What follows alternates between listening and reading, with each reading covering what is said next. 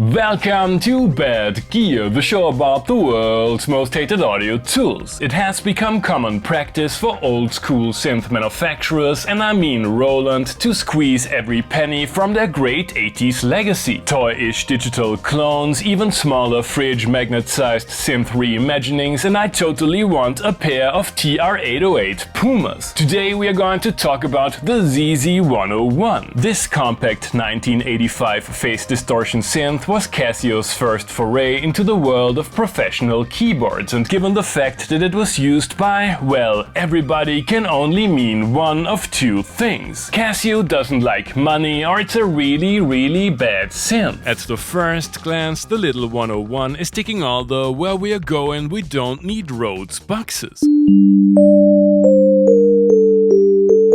A user interface slightly less intimidating than that of a DX7 is graced by some of the crappiest mini keys known to humankind,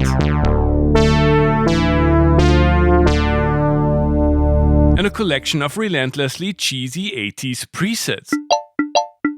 Speaking of Yamaha's most successful doorbell, no, phase distortion synthesis is not the same as frequency modulation, although it might lead to similar results like not so authentic pseudo-acoustical patches,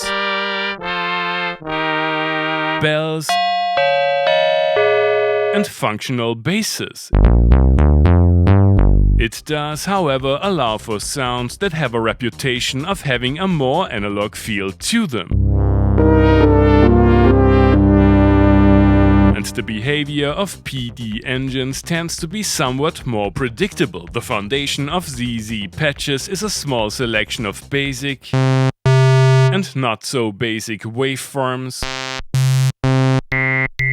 which can be combined within the two presumably mislabeled oscillators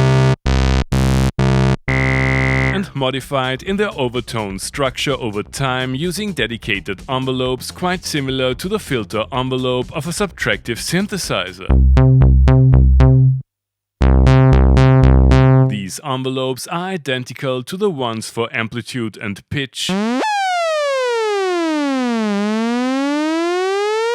and as 80s as it gets. 8 stages with freely assignable sustain and endpoints let you dial in complex evolutions of your tones, but do come with a certain learning curve. The maximum polyphony of 8 can only be attained in one oscillator setups, but sacrificing voice count leads to thicker tones, especially when Detune is engaged, and more complex spectra when employing ring modulation or adding noise. The only LFO application I am aware of is a versatile vibrato effect. I was surprised to find a simple bitimbral mode that lets you create monophonic layers.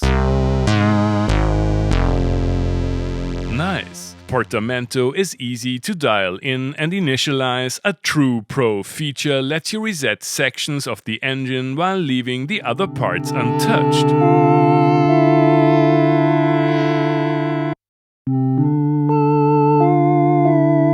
Keep in mind that the 16 user patches will go the way of the dodo if there are no batteries in the instrument. Fortunately, I was able to get hold of a ZZ-PL88 memory module which expands the patch library drastically and comes with literally thousands of sounds ready to be sent to the synth via sysex.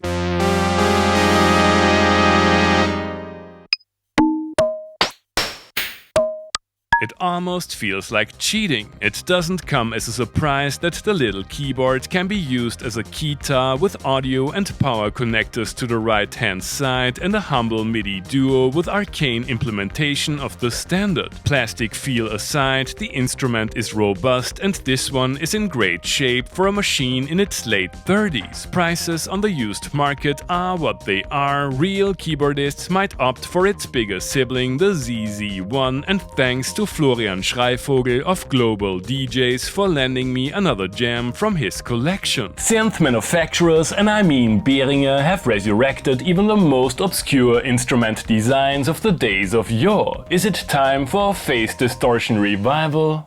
You have already heard the synth in today's intro tune. That's a bit dark but more analog sounding than I expected. Let's try to make the best out of the limited tweakability of the instrument in the first jam.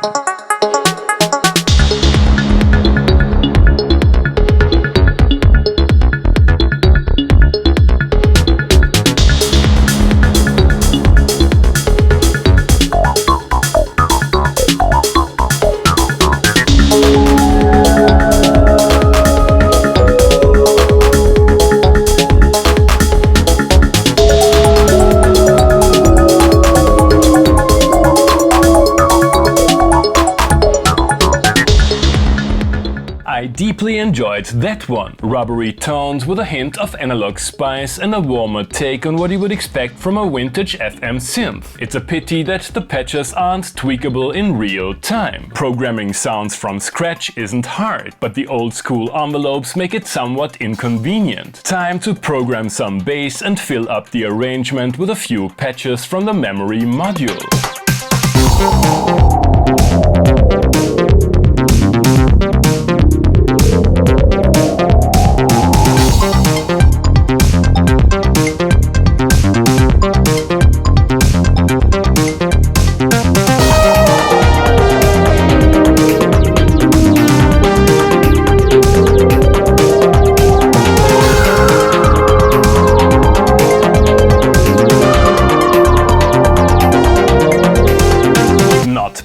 I like the brassy timbre, and the patches of the module demonstrate the potential of the synth engine. Even in a raw jam, the sounds of the synth sit in the mix nicely. I wanna know how well they take the additional processing of the DAW in yet another car-centric anime soundtrack that didn't make it into the movie.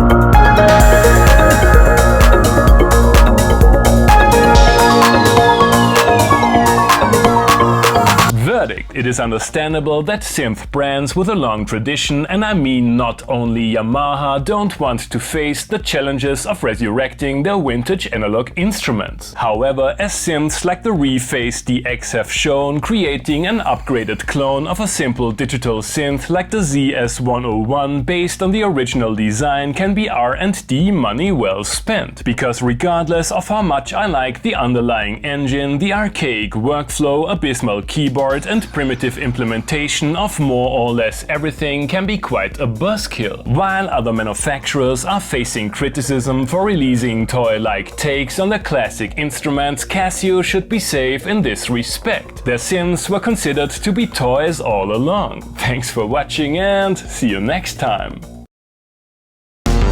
Hey guys, I hope you enjoyed the episode. Feel free to like, subscribe, become a patron, leave a comment what other kind of gear you would like to see and hear on the show, and use one of the links down below that help the channel regardless of what your bad gear gas commands you to buy.